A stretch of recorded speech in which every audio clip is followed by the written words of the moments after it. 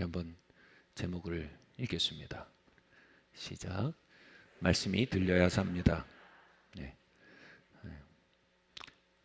말씀 함께 읽겠습니다. 마태복음 13장 8절에서 9절 말씀입니다. 시작. 더러는 좋은 밭에 떨어짐에 어떤 것은 100배, 어떤 것은 60배, 어떤 것은 30배의 결실을 하였느니라. 귀 있는 자는 들으라 하시니라. 제가 주일학교부터 굉장히 자주 듣던 말씀입니다. 바로 씨 뿌리는 자의 비유입니다. 하나님의 왕국이 씨를 뿌리는데 그 씨가 바로 말씀이라는 겁니다. 그런데 어떤 씨는 길가밭에 떨어져서 심겨지기도 전에 새가 먹어버립니다. 어떤 씨는 돌짝밭에 떨어져서 싹은 나지만 곧 죽어버립니다. 어떤 씨는 가시밭에 떨어져서 자라긴 하는데 가시, 즉 세상 염려의 기운에 막혀 죽어버립니다. 어떤 씨는 좋은 밭에 떨어져 30배, 60배, 100배의 열매를 맺어갑니다. 신앙생활 좀 하신 분들한테는 굉장히 익숙한 말씀이고 또 이 익숙함 속에 함정이 있습니다. 안다 생각하는 마음 속에 깨닫지 못하는, 자신을 자각하지 못하는 그런 맹점이 깃드는 것입니다. 이것은 사실 굉장히 위험한 상태입니다. 예수님께서 이렇게 말씀하셨습니다. 무릇 있는 자는 받아 넉넉하게 되되 없는 자는 그 있는 것도 빼앗기리라. 그러므로 내가 그들에게 비유로 말하는 것은 그들이 보아도 보지 못하며 들어도 듣지 못하며 깨닫지 못함이니라. 바로 이 씨 뿌리는 자의 비유에 대해 말씀하신 것입니다. 이 씨 뿌린 자의 비유를 듣기는 하지만 깨닫지 못하는 자들은 있는 것도 빼앗기리라 하셨습니다. 반면 이 말씀을 깨닫는 자는 받았지만 더욱 받아 넉넉한 자가 된다고 말씀하셨습니다. 저는 이 말씀을 수십 년간 알았지만 깨닫지 못했습니다. 그 시간 동안 저는 있던 것마저 빼앗겨가는 침체의 시간을 보내왔습니다. 그 기간 저에게 신앙은 제 삶을 이끌어가며 삶을 창조하는 능력이 아닌 나약한 종교 생활에 지나지 않았었습니다. 오늘 많은 분들에게 이 말씀이 알매 자리에서 깨달음의 자리로 옮겨지기를 축원합니다. 첫 번째로요, 이 길가밭은요, 길가밭에 대해서 이야기하겠습니다. 한번 읽어볼까요? 열매의 시작은 씨앗입니다. 라플라스라는 수학자가 있습니다. 그는 유명한 논지를 펼쳤습니다. 이 우주 속에 존재하는 모든 요인들을 파악하고 있는 악마가 있다면 그는 정확하게 모든 일들의 결말을 예측할 수 있을 것이다. 이것은 우리의 삶이 수많은 원인, 결과의 고리로 얼기설기 짜여지는 기계와 같다라는 선포입니다. 기드온은 이 악순환의 원인 결과의 고리에 묶여 살아가던 이였습니다. 이스라엘의 국력이 쇠퇴했습니다. 당연히 적군이 침입해 미디안이 약탈을 시작했습니다. 약소국의 국민이었던 기드온은 당연히 겁을 먹고 숨어 지내는 자가 되었습니다.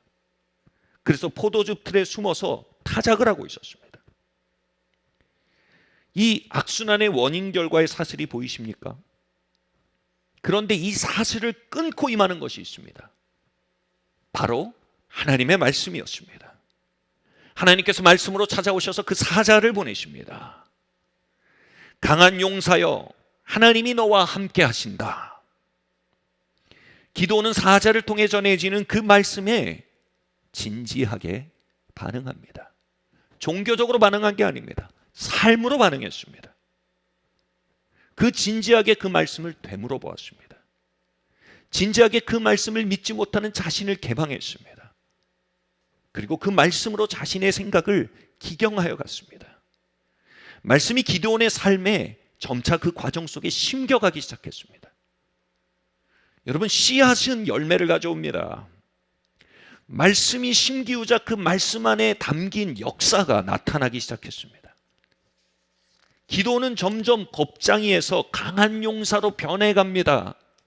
기도원의 의지나 기도원의 결심이 아니었습니다. 말씀이 그 안에 그 기운으로 일한 것입니다. 그리고 기도원의 삶에 그 기운을 느낀 300 용사들이 기도원을 중심으로 모이게 됩니다. 그리고 말씀의 기운에 사로잡힌 기도원과 300 용사는 강한 용사가 되리라는 주님의 선포의 성취로서 미디안을 격파합니다.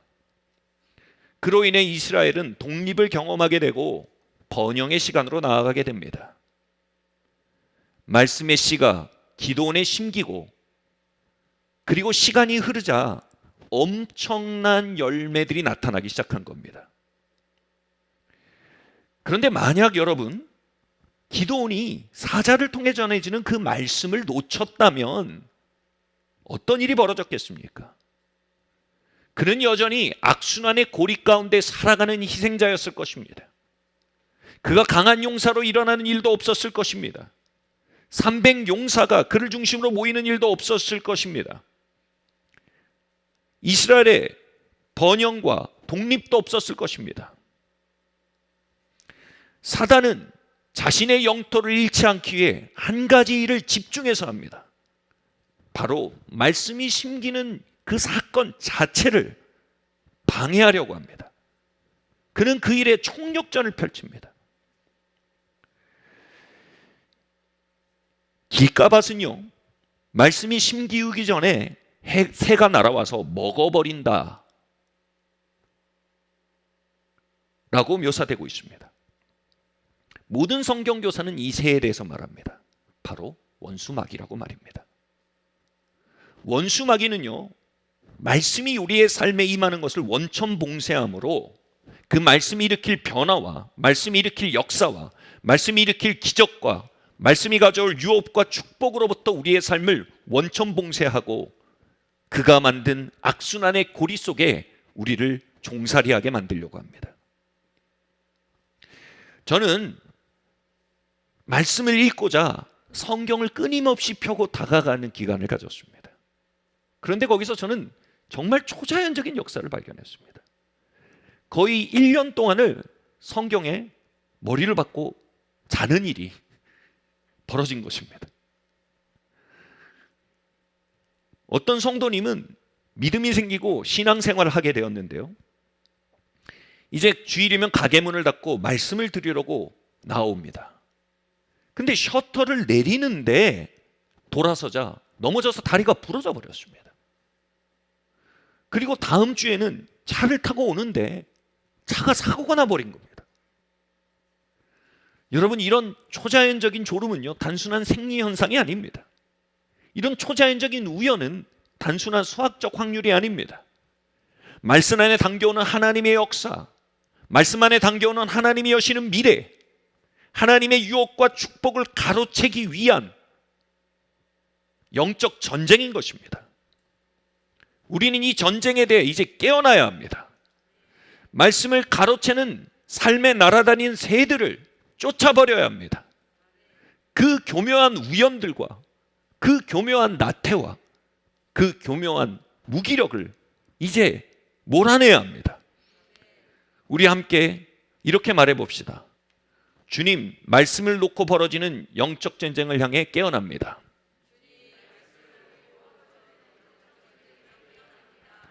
말씀을 향한 영적 전쟁에 소극적이고 게을렀음을 회개합니다. 말씀 안에 당신의 기적과 나의 미래와 부르심과 유업이 있습니다. 예수님의 이름으로 말씀을 가로채려는 악한 세력들아, 내 삶에서 떠날지어다. 아멘. 두 번째 말씀 함께 읽겠습니다. 시작. 돌짝밭, 말씀이 들려지는 데는 장애물이 있습니다. 함께 함께 호세아 말씀 읽겠습니다. 아름다운 목에 멍에를 메고 에브라임 위에 사람을 태우리니 유다가 밭을 갈고 야곱이 흙덩이를 깨뜨리리라. 너희가 자기를 위하여 공의를 심고 인애를 거두리라. 너희 묵은 땅을 기경하라. 지금이 곧 여호와를 찾을 때니 마침내 여호와께서 오사 공의를 비처럼 너희에게 내리시리라. 아멘.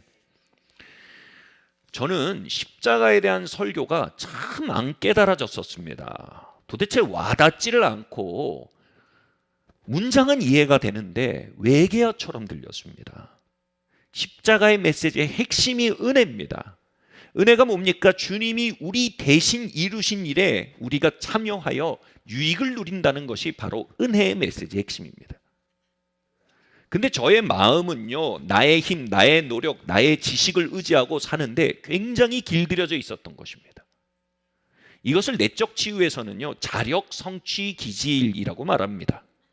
모든 것이 내 힘에 달렸다고 믿는 경향입니다. 그 자력 성취 기질은요, 저의 마음에 은혜의 말씀이 심기우지 못하도록 저항하는 돌짝밭이 되었습니다. 은혜의 말씀이 제 마음속에 뿌리 내리질 못하게 하는 겁니다. 들려집니다. 알겠습니다. 근데 와 닿질 않는 겁니다. 여러분, 은혜의 말씀이 뿌리를 못 내리면 무슨 일이 벌어집니까? 은혜의 열매가 없습니다. 바로 은혜의 사건이 없는 겁니다. 악순환의 연속인 겁니다. 은혜의 말씀이 없으니 은혜의 사건이 없습니다. 은혜의 사건이 없으니 인생은 결국 내가 한 만큼이고 내가 이룬 만큼이고 내가 애쓴 만큼이다라는 자력 성취 기질의 돌짝밭은 더 굳어지는 겁니다. 어느 날 말씀의 장애물이 제 안에 존재한다는 사실이 깨달아졌습니다. 문제는 이것입니다. 우리가 우리의 마음의 돌짝밭을 인지하지 못한 채 말씀의 문제를 삼기 시작하는 겁니다. 뭔 말인지 모르겠다. 이 말씀은 나랑 안 맞는다. 이 말씀이 의미하는 바는 액면 그대로가 아닐 거다. 그렇다고 믿기엔 이건 너무 황당한 얘기 아니냐. 이것들은요, 말씀 앞에서 우리의 마음을 높이는 일입니다. 우리는 말씀 앞에 우리의 마음을 낮출 줄 알아야 합니다. 이사야는 말씀 아래 떠는 자들, 그들이 하나님의 역사 안에 살 것이라고 예언하고 있습니다. 내 마음이 말씀의 기초에, 내 마음의 기초에 말씀을 재단하지 않아야 합니다. 도리어 말씀으로 우리의 마음을 기경해 버려야 하는 것입니다. 고린도후서 말씀 함께 읽겠습니다.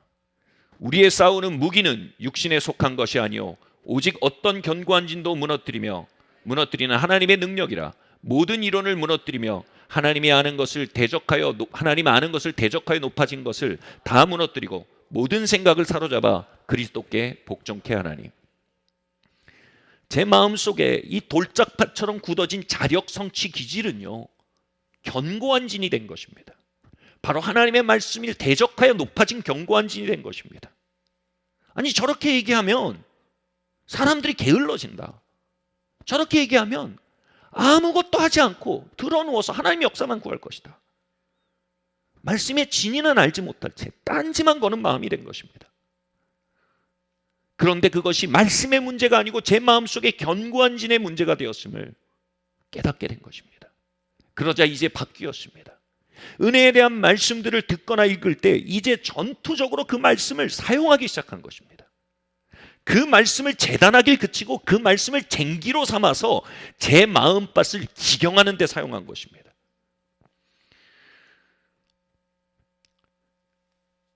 처음 들으면 잘 이해가 안 되고 받았질 않았습니다. 그런 말씀일수록 서너 번 듣고 말했습니다. 그럴수록요, 말씀이 서서히 마음속에 열려지기 시작했습니다. 그것을 대항하여 거스르던 마음의 구조가 드러나고 경향이 드러나고 그 말씀 앞에 깨어져 나가는 일이 벌어진 것입니다.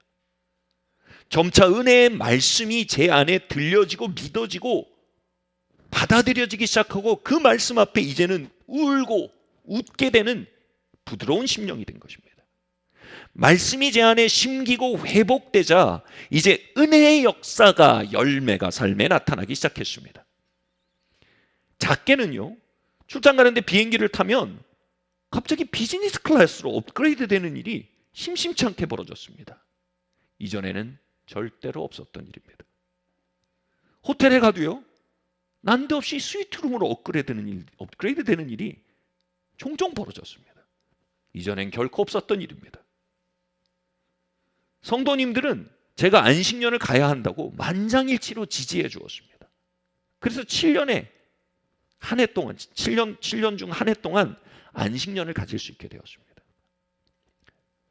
사역과 관계와 재정 등의 크고 작은 은혜의 역사들, 선물의 역사들이 회복되기 시작한 것입니다.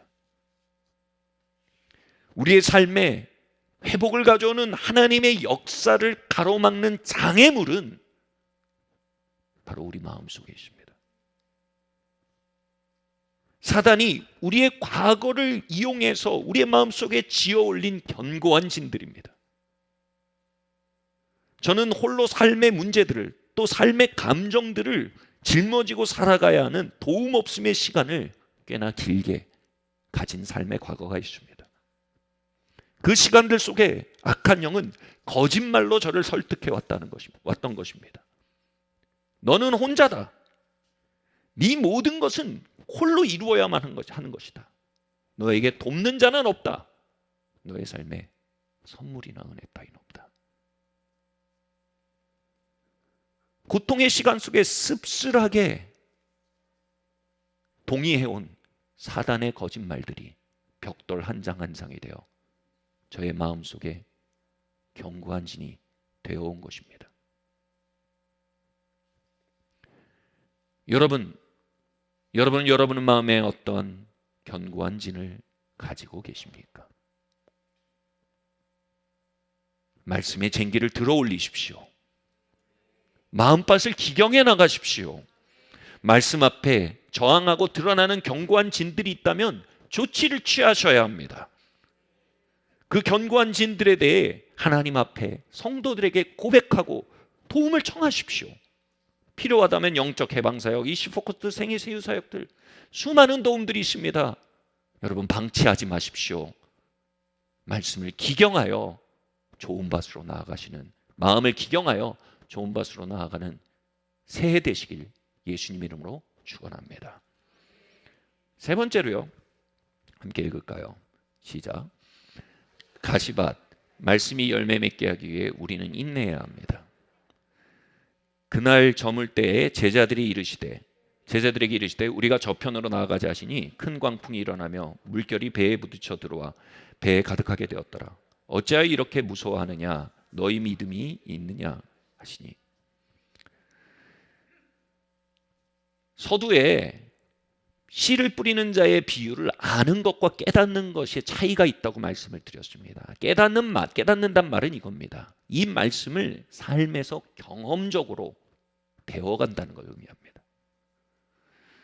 예수님은 씨 뿌리는 자의 비유를 가르치고 나서 연이어 방금 읽은 이 명령을, 이 말씀을 주십니다. 바로 저 호수 건너편으로 건너가자, 강저편으로 건너가자라고 말씀하십니다. 체험학습, 이제 시험 시간인 겁니다.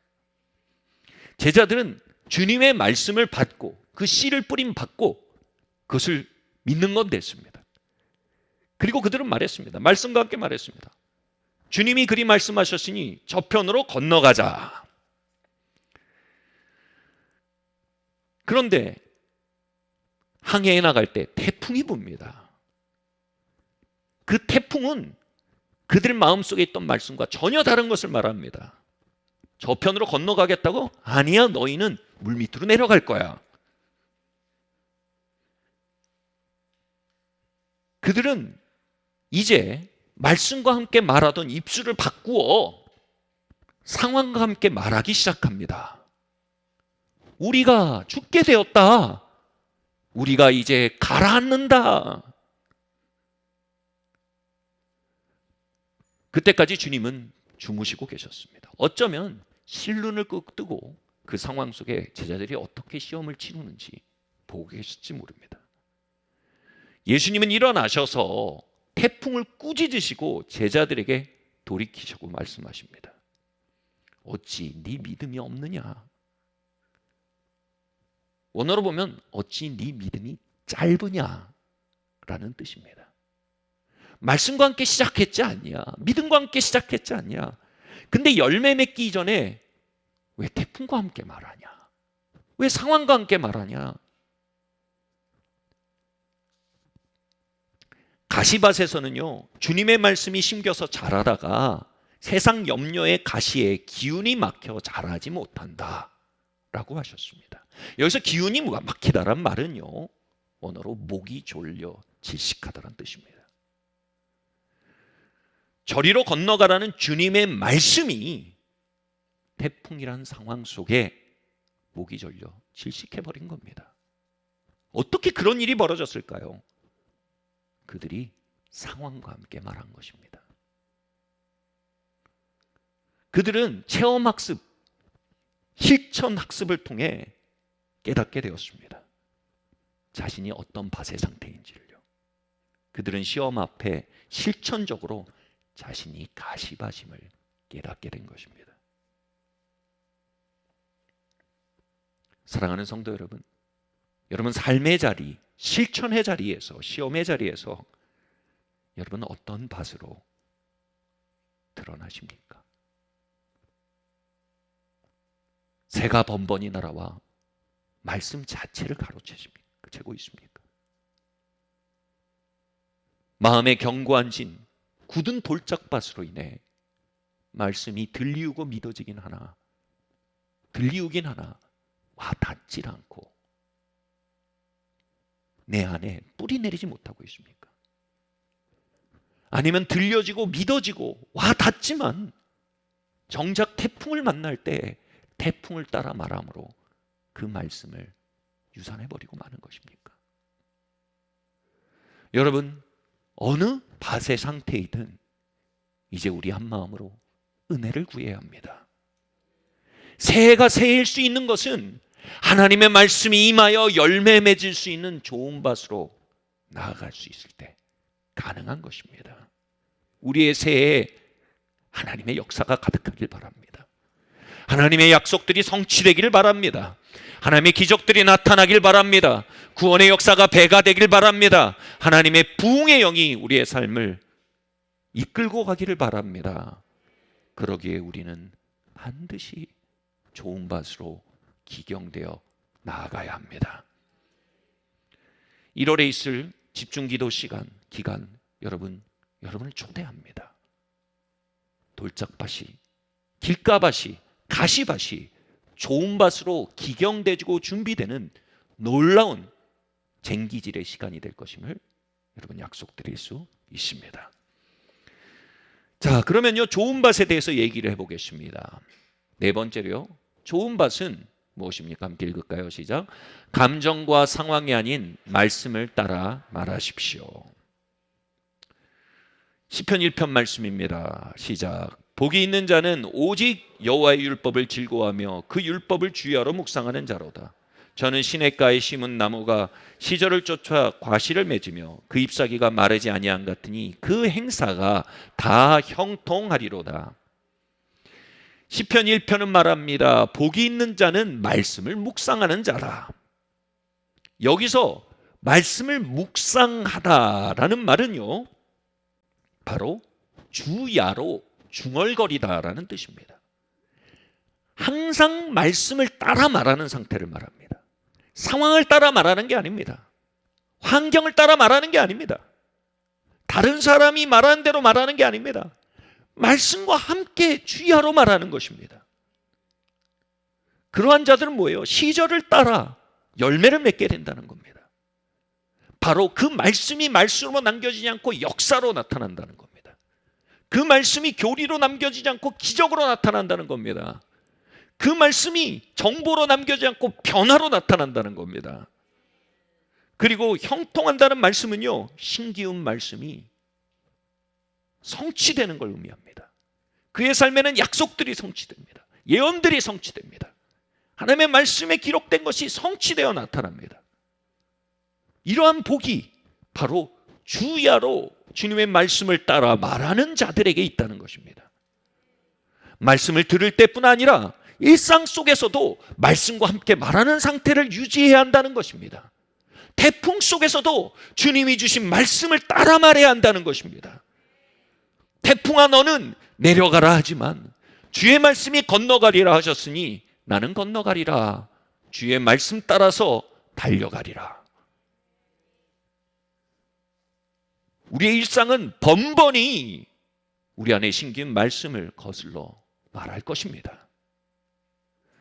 시절을 쫓아, 계절을 쫓아, 가을이 오기 전에는요, 추수의 때가 오기 전에는요, 혹독한 폭우가 있습니다.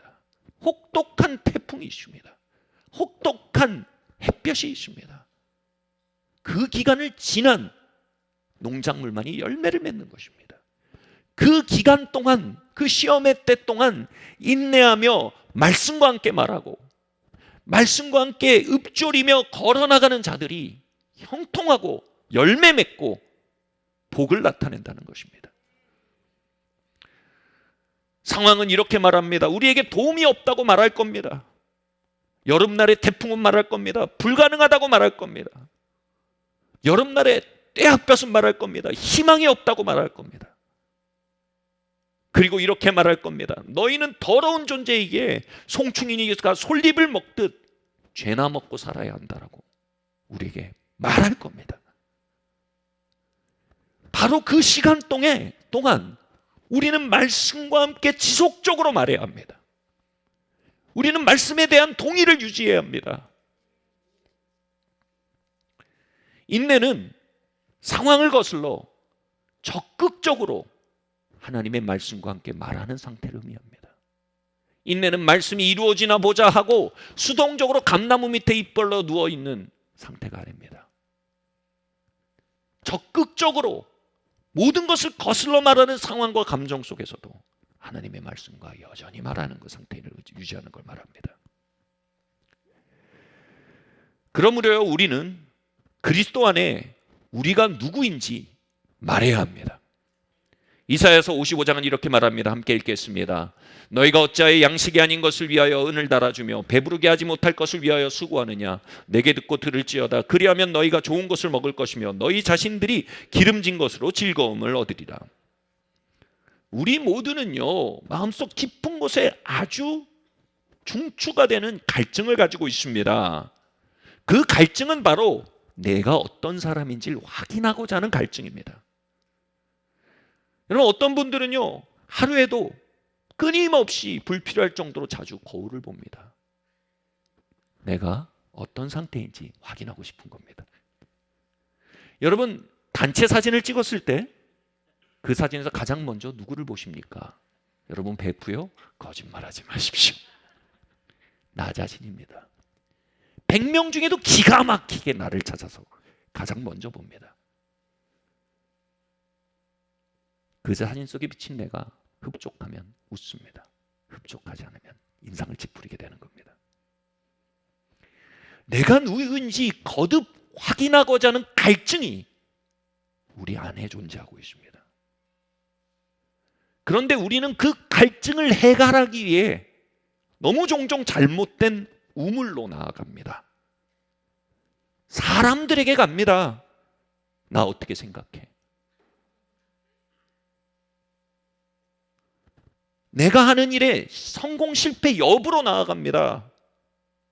그 좌표를 통해 내가 어떤 사람인지를 길어 마시려고 하는 겁니다. 환경과 상황으로 나아갑니다. 누군가 이런 말을 했습니다. 가짜 명품 시계를 차지 마라. 아무도 못 알아볼 정도로 정교해도 그게 가짜인 걸 아는 사람이 있다. 바로 너다. 명품의 본질이 스스로의 가치를 길어내기 위한 것임을 아주 절묘하게 드러낸 얘기입니다. 아무도 모르는 옷, 아무도 모르는 속옷, 아무도 보지도 못하는 거실, 잘 보이지도 않는 시계, 명품으로 도배하여 우린 그곳에서 우리가 가치 있다라는 그 자기 확인을 하고자 하는 겁니다. 여러분, 이런 삶은 너무 비효율적입니다. 이런 이야기가 있습니다. 관역의 중심을 언제나 맞춰내는 명사수가 대회가 벌어져서 그 상품으로 금덩이가 걸려 있을 때 그는 이제 더 이상 관역을 마치지 못한다. 왜요? 이전에는 쫙 바라보면 관역의 중심만 보였는데 이제 관역의 중심이 안 보이고 금덩이가 보이는 겁니다. 자꾸 어긋나는 겁니다.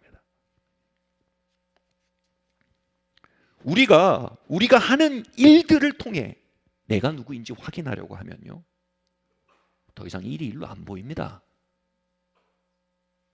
내가 어떻게 비춰지는지가 보이는 겁니다.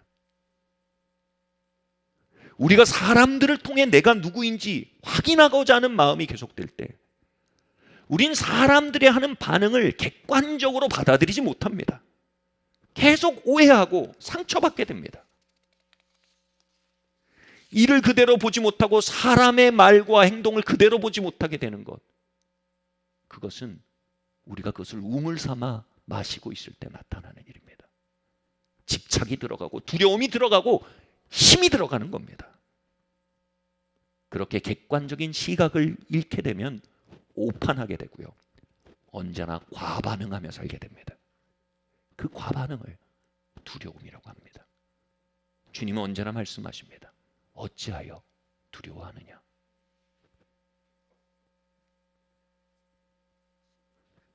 여러분, 이 과반응 속에 살 때요, 일이 틀어지는 건, 관계가 틀어지는 건 시간 문제입니다. 무엇보다요, 우리의 영혼이 그 안에서 망가져갑니다.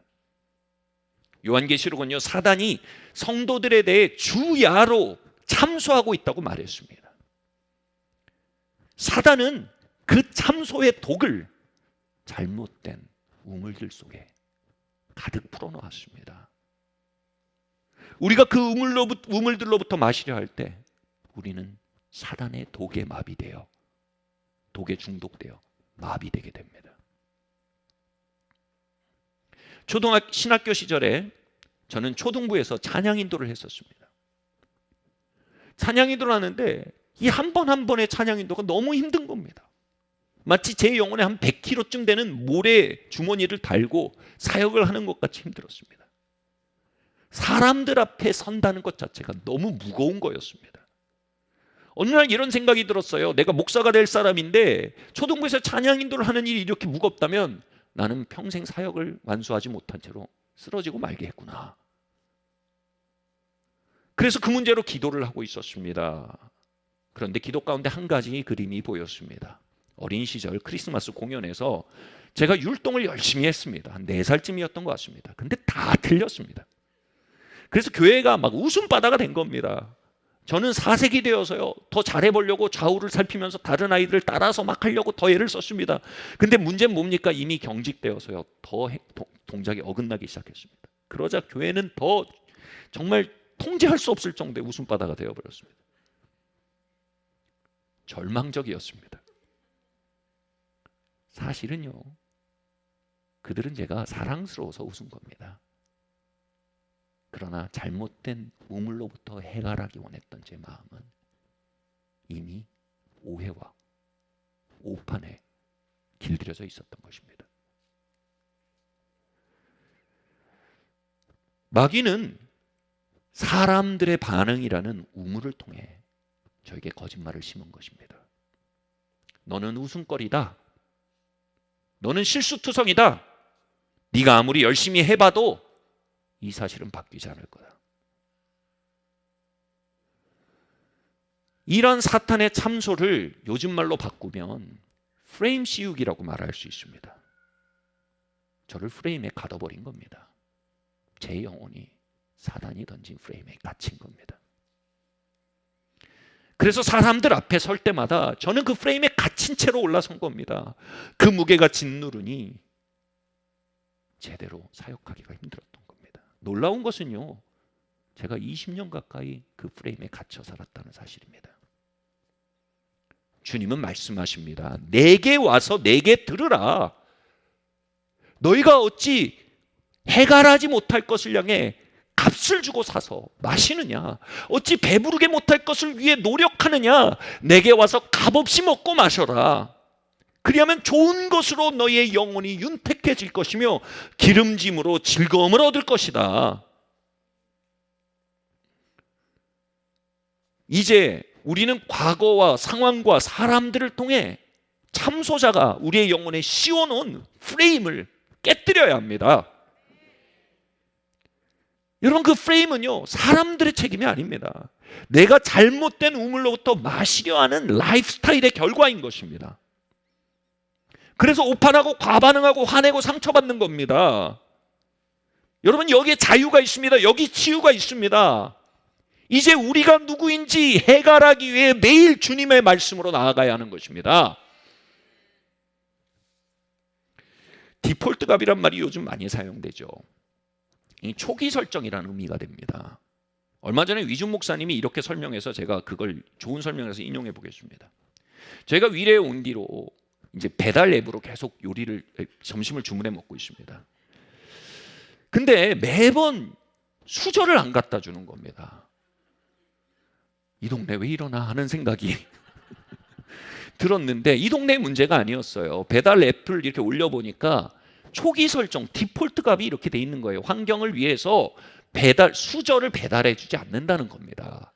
그래서 그 체크 목록을 다시 바꿔야 비로소 이 수저를 보내준다는 겁니다. 우리의 영혼은요, 이 해갈, 이 목마름을요, 사람들과 환경과 우리가 맡은 과업으로부터 해갈하도록 디폴트 값이 설정돼 버렸습니다. 여러분, 이게 바로 우리의 죄성인 겁니다. 우리는 그 디폴트 값을 매일 해제해야 합니다.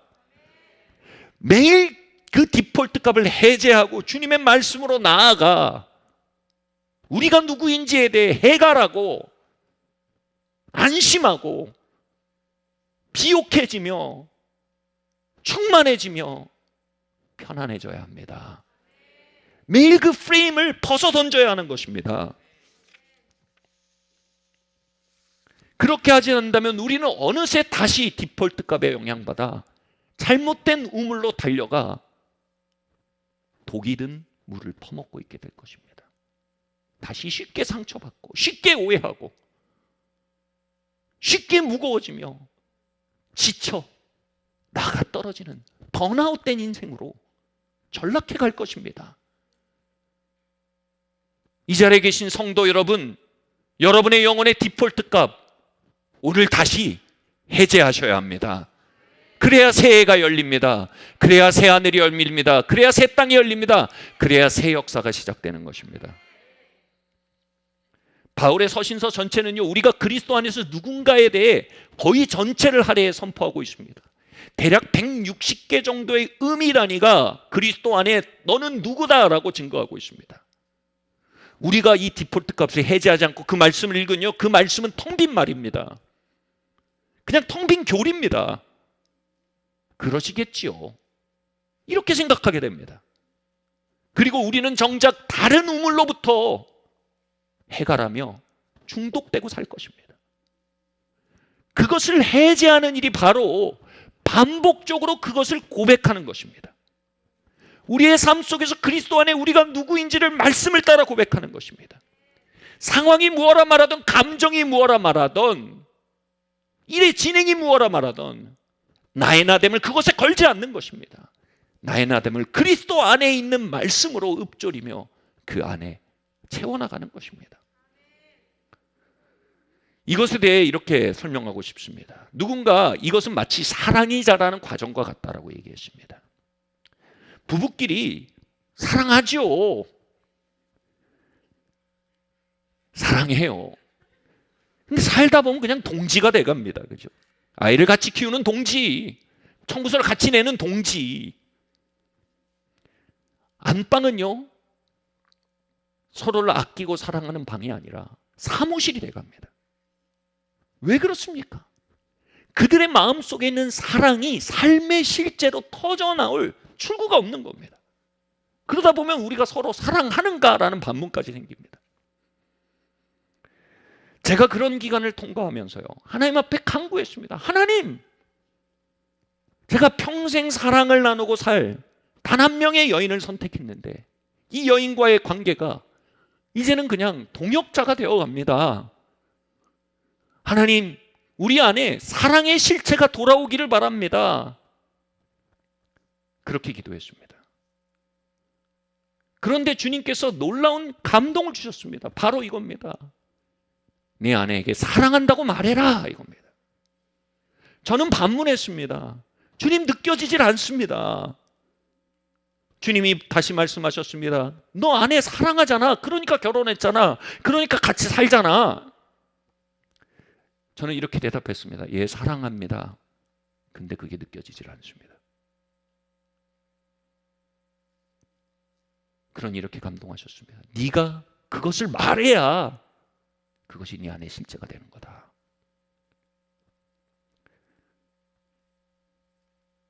저는 이제 믿음으로 말하기 시작했습니다. 여보, 사랑해. 제 얼굴도 그걸 말하지 않고 있어요. 제 세포들도 그걸 말하고 있지 않아요. 믿음으로 말하는 거예요. 제 아내도 깜짝 놀랐습니다. 무슨 큰 욕을 들은 것처럼 놀란 표정으로 저를 봤어요. 그렇게 시작됐습니다. 그리고 계속 다양한 방법으로 사랑을 말하기 시작했습니다. 때로는 행동으로요, 때로는 말로요, 때로는 바디랭귀지로요. 아내도 그것에 서서히 응답해 가기 시작했습니다. 그렇게 우리 안에 있는 사랑을 말해가기 시작하자 우리 안에만 있던 사랑이 이제 실체가 되어서요, 생활 속에 흘러나오더라고요. 이제 눈도 같이 말하는 거예요. 이제 감정도 같이 말하는 거예요. 이제 제법 로맨스가 돌아오는 거예요. 그리고 이제는 연애 시절보다 서로가 더 좋은 거예요. 여러분, 아내 사랑하신 줄 믿습니다. 말씀하시지 않으시면 실체가 되어 삶에 흘러나오질 않습니다. 여러분, 우리는 그리스도 안에서 새 피조물이 되었습니다. 우린 예수님의 말씀과 성령으로 거듭나서 하나님 아버지의 아들과 딸이 되었습니다. 이제 우리는 하늘에 속한 자가 되었고, 우리는 하나님의 가정에 속한 하나님의 패밀리가 되었습니다. 그 생명은 우리 안에 들어와 사는 속생명이 되었다라고 바울이 얘기합니다. 그런데 그 속생명은요, 말하지 않으면 자라지 않습니다. 그러나 말하기 시작하면 자라납니다. 말하기 시작하면 경험됩니다. 말하기 시작하면 감정이 됩니다. 말하기 시작하면 능력이 됩니다. 말하기 시작하면 영감이 됩니다. 말하기 시작하면 우리의 삶의 실제가 되어 간단 말입니다. 예수님의 사복음서를 읽어보면요, 그분의 대화는 약간은 뜬금없습니다. 상황에 대한 이야기가 별로 없습니다. 타인에 대한 이야기를 많이 하지 않습니다. 그분은 그분이 누구신지에 대한 이야기로 가득합니다. 나는 아들이다.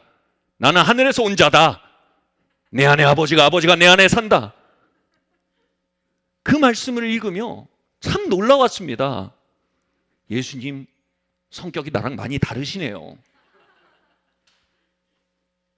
그러나 여러분, 그렇지 않습니다. 예수님을 주변을 둘러싸고 있는 사람들과 주변을 둘러싸고 있는 상황이 예수님에게 끊임없이 주야로 참소하는 원수의 동물을 뿜어내고 있었던 것을 예수님이 인식한 겁니다. 그 속에서 하늘로부터 마시고 계신 겁니다. 나는 아들이라. 나는 하늘에 속했다. 나는 땅에 속하지 않았다. 아버지가 내 안에 계시다. 나는 아버지께 속했다. 나는 아버지의 품으로부터 났다.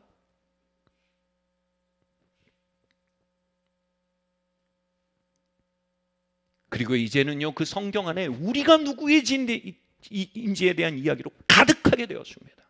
너는 나의 형제다. 너는 나의 친구다. 나의 말씀이 너희 안에 거함으로 내가 너희 안에 거하고 너희가 내 안에 거하고 너가 아버지 안에 거하고 아버지가 너 안에 거한다. 너는 하늘로부터 난 자가 되었다. 너는 새 피조물이다. 그리스도께서 죄를 위하여 죄가 되사 우리를 위하여 죽으심은 그리스도 안에서 우리로 하나님의 의가 되게 하려 하심이라. 너희는 하나님의 의가 되었다. 너는 그리스도의 몸의 일원이 되었다. 사랑을 잘하게 하듯 이제 우리도 그 진실로부터 말하기 시작해야 합니다. 여러분, 세상은 말합니다. 너는 이 거대 세상에 기계의 한 부속품밖에 되지 않는 존재다. 그러니 알아서 기어라.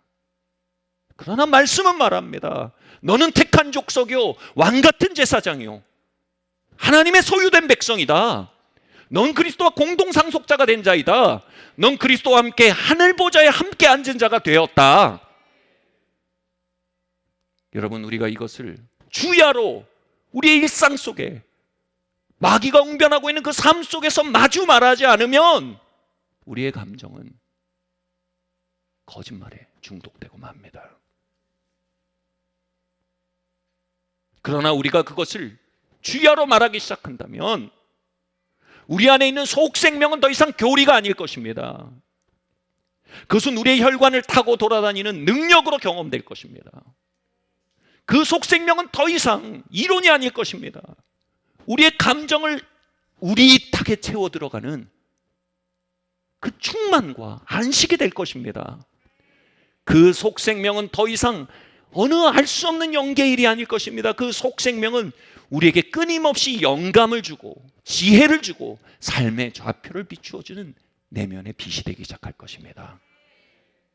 이제 우리는 복음과 함께 말하며 한 해를 살아야 합니다. 복음은 내세를 가리키기 위해 주어진 것만이 아닙니다. 복음은 현세 속에 우리가 누구인지 끊임없이 길어 마실 우물로서 우리의 삶의 중심에 던져진 하나님의 생명샘인 것입니다. 마지막 말씀 함께 읽겠습니다. 시작. 그의 영광의 풍성함을 따라 그의 성령으로 말미암아 너희 속사람을 능력으로 강건케 하시며 우리 가운데 역사하시는 능력대로 우리가 구하거나 생각하는 모든 것에 더 넘치도록 능히 할 이에게 교회와 그리스도와 예수 안에서 영광이 대대토록 영원무궁히 있을지어다. 아멘. 이 말씀에 해석 가능성이 두 가지가 있습니다. 한 가지는요, 하나님께서 우리가 생각하고 구하는 것보다 능히 더 이루실 것이다. 그분께 영광이 있을지어다라는 해석입니다. 근데 헬라어로 놓고 문맥상으로 해석을 하면요, 다른 뜻이 나옵니다. 그 뜻은 뭐냐면요, 바로 이 말씀은 속사람에 대한 말씀입니다. 그의 영광의 풍성함을 따라 성령으로 말미암아 너희 속사람이 능력으로 강건케 하옵시며 하면서 속사람에 대해서 얘기합니다. 그렇게 이해하면요, 중간에 있는 관계대명사가 이렇게 해석이 됩니다. 우리가 구하거나 생각하는 모든 것에 더 넘치도록 능히 행할 그 속사람에게, 와우, 교회 안에서와 그리스도 예수 안에서 영광이 대대무도록 있을지어다. 아멘. 하나님의 영광이 너희 속사람에 거하기를 바란다. 너희 속사람이 성령의 능력으로 강건하여지기를 바란다. 너희 속사람이 교리가 아니라 실제가 되길 바란다. 너희 속사람이 텅 빈 언어들이 아닌 그리스도 안에 너희가 누구인지가 텅 빈 정체성이 아닌 너희 혈관을 채우고 너희 감정을 채우고 너희 지성을 채우고 너희 육체를 채우는 실체가 되길 바란다. 그러면 그 속사람이 뭐라고요? 너희가 생각하는 것보다, 너희가 구하는 것보다 더 능히 많은 것을 이루어가기 시작할 것이다. 바울은 이렇게 말합니다. 그 속사람의 실체를 보며 그리스도 안에 자신이 누군지 보며 말합니다. 이 모든 것 가운데 우리는 정복자보다 나은 자가 되었느니라. 그리스도 안에서요, 넉넉히 이기느니라. 내게 능력 주신 자 안에서 내가 모든 것을 할 수 있느니라. 그는 자신 안에 들어온 그리스도의 생명의 실체를 복음을 따라 고백함으로 발견해 간 것입니다. 여러분, 그 복음의 실체로부터 한 해를 사셔야 합니다. 우리의 영혼의 디폴트 값을 해제하고 이제 우리를 진정으로 해결할 그 강물로 나아가야 합니다. 내게 능력 주신 자 안에서 내가 모든 것을 할 수 있느니라. 이 모든 것 가운데 우리를 사랑하신 이로 말미암아 우리가 넉넉히 이기리라. 우리 자리에서 일어나겠습니다.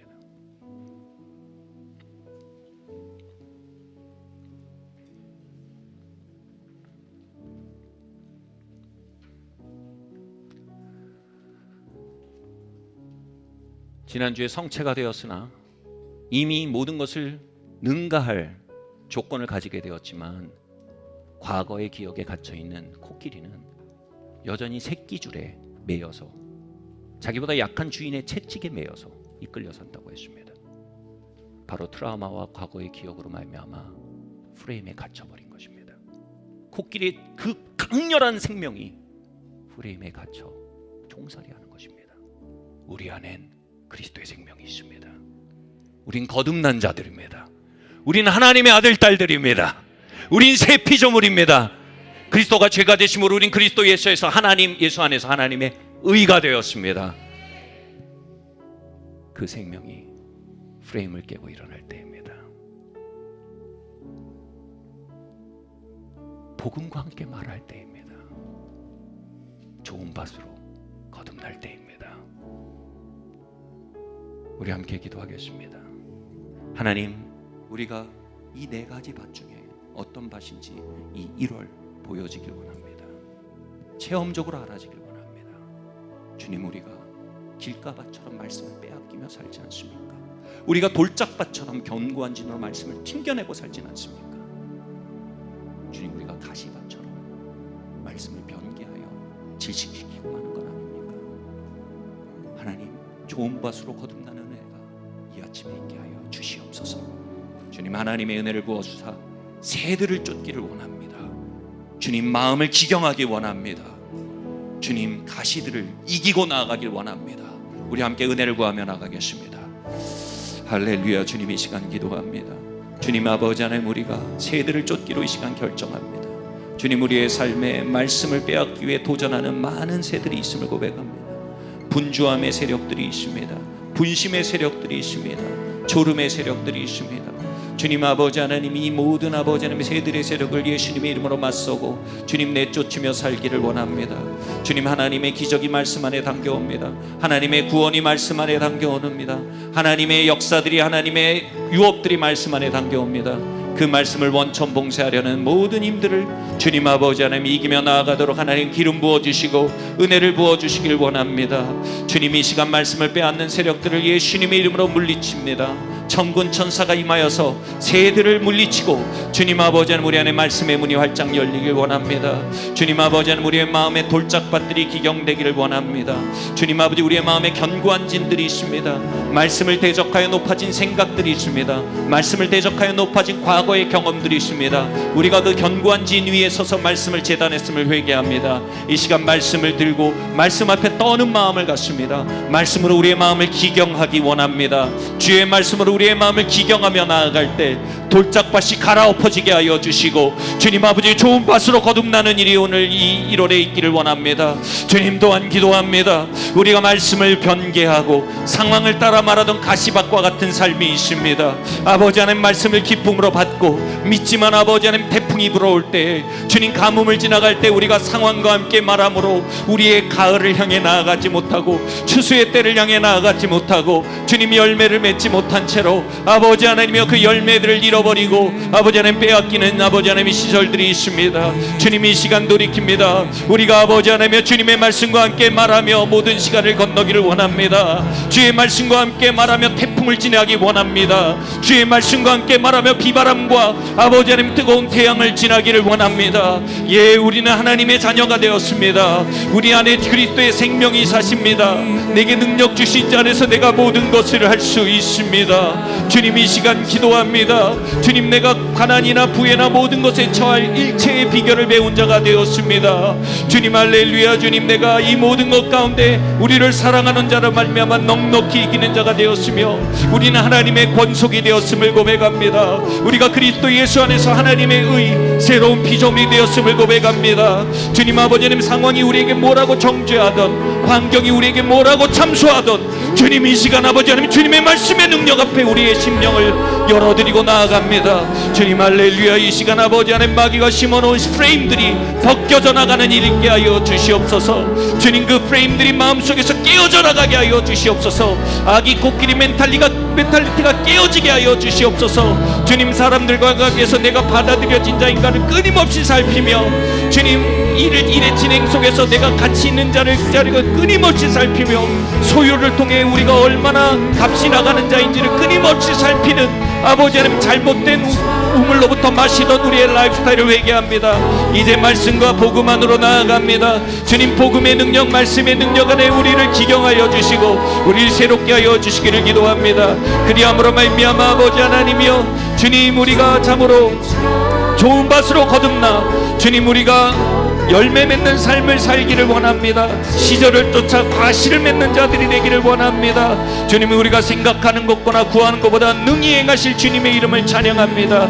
우리 가운데 행하실 그 역사로 말미암아 그 능력으로 말미암아 우리 속사람 가운데 부으시는 그 능력으로 말미암아 그 속사람을 일으키사 그리스도와 함께 걸어나가게 하시고 그 속사람으로 말미암아 우리의 감정과 우리의 상황과 우리의 지식과 우리의 지능을 덮게 하시며 그 능력이 우리 안에 흐르게 하시며 그 속사람 우리 감정 안에 흐르게 하시며 우리의 삶 가운데 실제가 되어 역사하게 하실 주님의 이름을 찬양합니다. 주님 할렐루야. 우리의 속사람을 강건케 하여 주시옵소서. 우리가 또한 기도하길 원합니다. 주님 성령으로 말미암아 우리의 속사람이 강건하여지기를 원합니다. 주님 이런저런 프레임에 갇혀 힘을 잃어가는 속사람 잘못된 우물로부터 주님 독을 마시고 중독되어 힘을 잃은 속사람 이 속사람 새해 일어나기를 원합니다. 새 사람이 일어나지 않으면 새해가 아닙니다. 주님 성령의 능력으로 이 시간 임하사 나의 안에 있는 거듭난 생명 그 속사람을 강건케 하사 일으켜 주시옵소서. 우리 함께 이 시간 기도하고 나가겠습니다. 주님 할렐루야. 주님 이 시간 기도합니다. 이 1월 집중기도 시간 통해 이 기간을 통해 우리의 속사람이 더욱 강해지는 일이 있기를 원합니다. 속사람의 숨이 질식되어서 아버지 하나님이여 다락방에 갇혀버린 자들이 있습니까? 주님 아버지 하나님 이 기도회를 통하여 주님 우리 안에 주님 아버지 하나님 그 옥문을 여시고 그 속사람들을 자유케 할 것을 믿습니다. 그 속사람이 일어나 주님 아버지 빛을 발하게 될 것을 바라봅니다. 그리스도의 지혜로 충만한 그 속사람 그리스도의 능력으로 충만한 그 속사람 그리스도의 사랑과 용서로 충만한 그 속사람 우리 안에 있는 영이 강건하게 일어나길 원합니다. 주님 아버지 하나님의 세세 무궁토록 하나님의 영광이 그 속사람을 채우길 원합니다.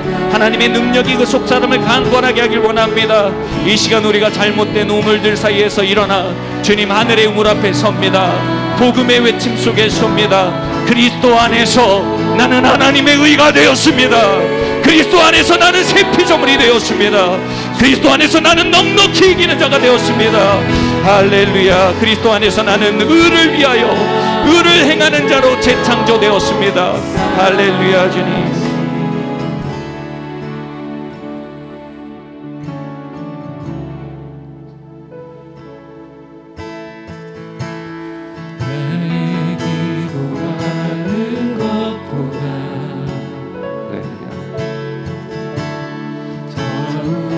고백합시다.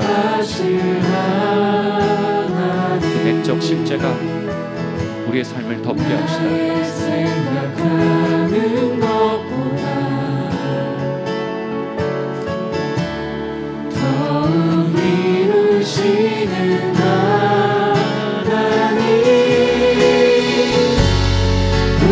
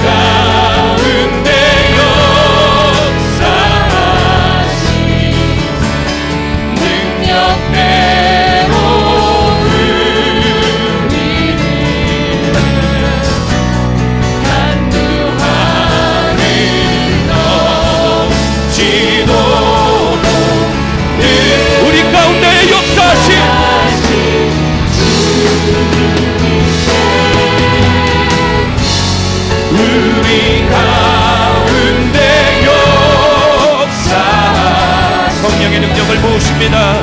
능력대로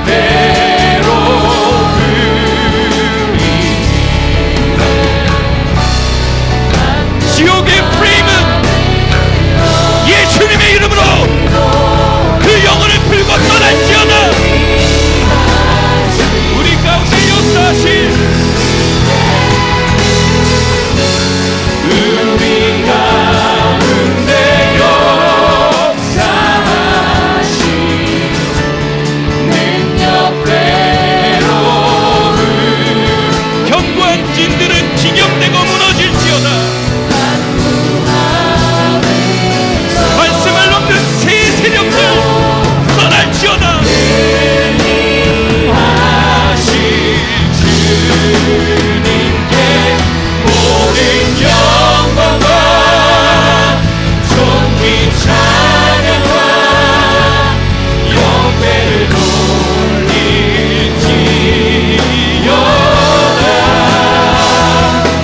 모든 영광과 존귀 찬양과 경배를 돌릴지어다.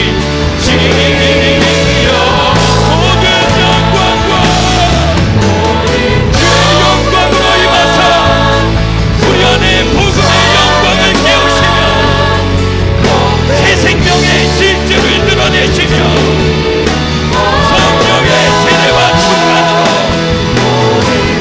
속생명의 능력을 일으키 주옵소서. 경배를